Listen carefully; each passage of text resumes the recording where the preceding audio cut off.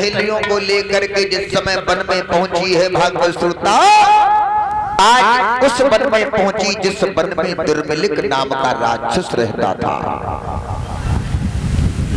पवन रेखा की सुंदरता को जिस समय उस कमीन दुर्मिलिक ने देखा, देखता ही रह गया, मन में विचार करने लगा, अगर मैं इसके सामने इस भेष में गया तो शायद ये पवन रेखा हमें श्राप दे करके भस्म कर देगी। इसके साथ में छल बल से जाना चाहिए। आज दुर्मिलिक नाम के राक्षस ने अपनी माया के द्वारा तेज हवाओं को चलाया, आंधी तूफान आने लगे तो पवन रेखा घबरा जाती है। जब आंधी तूफान चलने लगे, दुर्मिलिक नाम के राक्षस ने उग्रसेन महाराज का भेष बनाया, पहुंच गए। पवन रेखा, पवन रेखा, हाँ स्वामी। घबराना नहीं, मैं आ गया स्वामी। हाँ, हम आपको राजमहलों में छोड़ के आते। आप अरे पवन रेखा, तुम्हें पता नहीं है कि मैंने देखा आंधी आ रही है। हाँ। मैंने सोचा पवन रेखा कहीं डर जाएगी, चले आए, घबराना नहीं। भागवत श्रोताओं, पवन रेखा के साथ में दुर्मिलिक नाम के राक्षस ने धोखे से छल कर दिया। जो ही धोखे से छल किया, अपने भेष में जब आया, पवन रेखा ने देखा, अरे कमीन, ये तूने क्या किया? कमीन, तूने मेरे पतिव्रत धर्म को नष्ट कर दिया। अरे अगर मैं पहले जान लेती तो तुझे श्राप दे करके भस्म कर देती। अरे कमीन, तूने मेरे पतिव्रत धर्म को नष्ट कर दिया। मेरे आंखों के सामने से हट जा। पवन रेखा, हाँ, अरे चीखो नहीं, चिल्लाओ नहीं। तेरी गोद सुनी थी, हमारे इस भोग विलास करने से तेरी गोद हरी हरी हो जाए, इसलिए चीखो नहीं, चिल्लाओ नहीं। मैं अगर पहले जान लेती तूने ये क्या किया? पापी तेरो बुरो विजाई। अरे कमीन, अरे अधर्मी, धर्म बिगाड़ो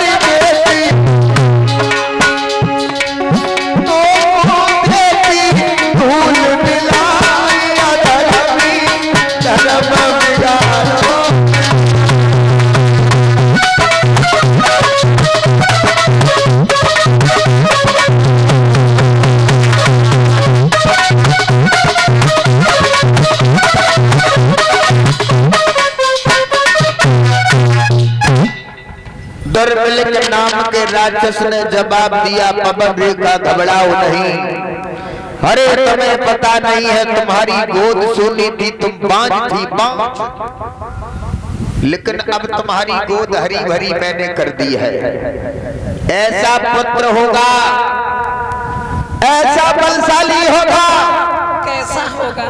सुन पवन रेखा, इतना बलशाली होगा कि इंद्र भी उसके सामने अपने सर को झुका जाएगा और देवताओं को हरा देगा। भगवान के हाथों से मारा जाएगा, दुनिया में नाम करके जाएगा। पवन रेखा कहने लगी कमी वो तेरे जैसा पापी होगा, कैसा होगा? दुर्मिलक ने जवाब दिया, पवन रेखा चली जाओ। पवन रेखा पांव से चली। रास्ता में आज जैसे ही संग की सहेलियों ने देखा, पवन रेखा से पूछा, बहन ये क्या हुआ? श्रृंगार कैसा है? कैसा इधर उधर? ये माथे की बेनी छुट करके कहां गिर पड़ी? ये बाल तुम्हारे बिखरे हैं, क्या हुआ? मैं ना इतनी तेज आंधी आई, तुम तो हमें छोड़ के चली आई, लेकिन एक तगड़ा सा बंदर आया, हमारे गाल में तमाचा मार गया, हमारे चुनर को फाड़ गया। मैना अब तुम पूछो ना, मैं तुमको शायरी तुम पे। पवन रेखा ऐसी बात है। श्री सुखदेव जी बोले हैं, हे महाराज परीक्षित, पवन रेखा आज अपने घर में पहुंची है। कुछ दिनों के बाद भागवत श्रोताओं, पवन रेखा के गर्भ से एक पुत्र जन्म लेता है। पुत्र के पैदा होते ही होते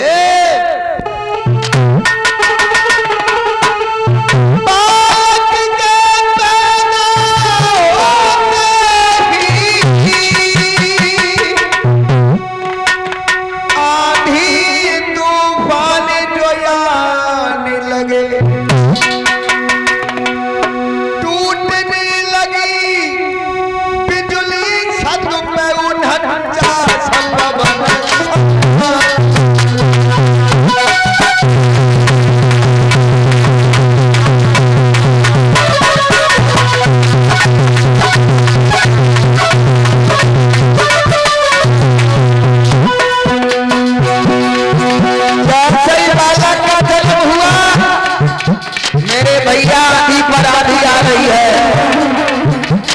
तूफान चल रहे हैं।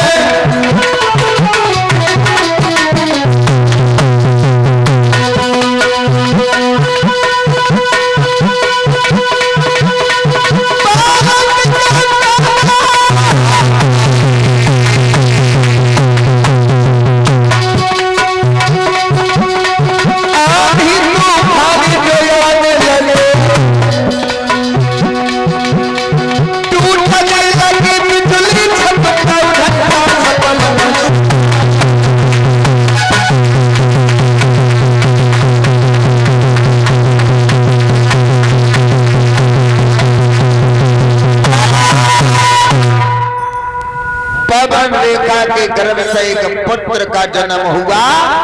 परीक्षित महाराज आंधी पर आंधी, तूफान पर तूफान आने लगे।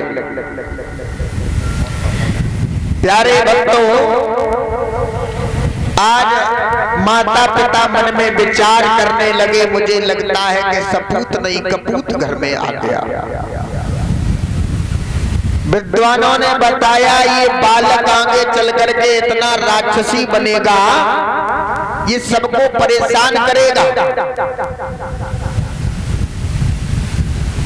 तो महाराज उग्रसेन और पवन रेखा ने पुत्र को लिया, एक कांस की पिटारी बनाई, कांस की पिटारी बना करके उसमें लिटा करके यमुना में बहा दिया। ये पुत्र बहता हुआ बटेश्वर में पहुंचा। महाराज सूरसेन ने देखा, उस पुत्र को लिया, उसका पालन पोषण किया, इसका नाम पड़ गया कंस। जब ये समझदार हुआ तो अपने मथुरा में आया और पिताजी को सारा हाल बताया कि मैं आपका पुत्र हूं, आपने मुझे बहा दिया था।